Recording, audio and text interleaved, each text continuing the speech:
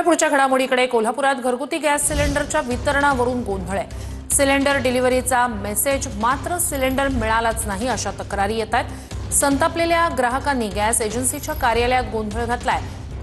Cylinder ब्लॅकनं विकल्याचा आरोप ग्राहकांकडून केला जातोय। अधिक या सगळ्या संदर्भात जाणून घेऊया आपले प्रतिनिधी भूषण पाटील यांच्याकडून। भूषण, या सगळ्या ग्राहकांचं नेमकं म्हणणं काय आहे, काय त्यांची तक्रार आहे?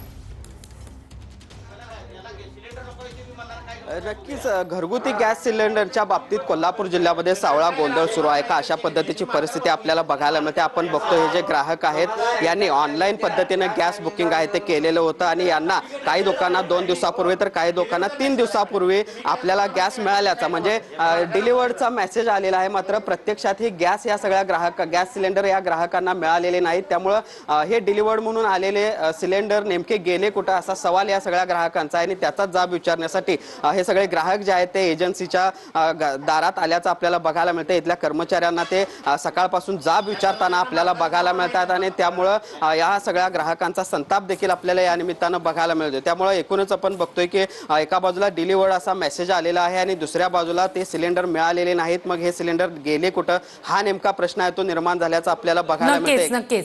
नक्कीच भूषण, नक्कीच। तूर्तास धन्यवाद तुम्ही दिलेल्या माहितीसाठी।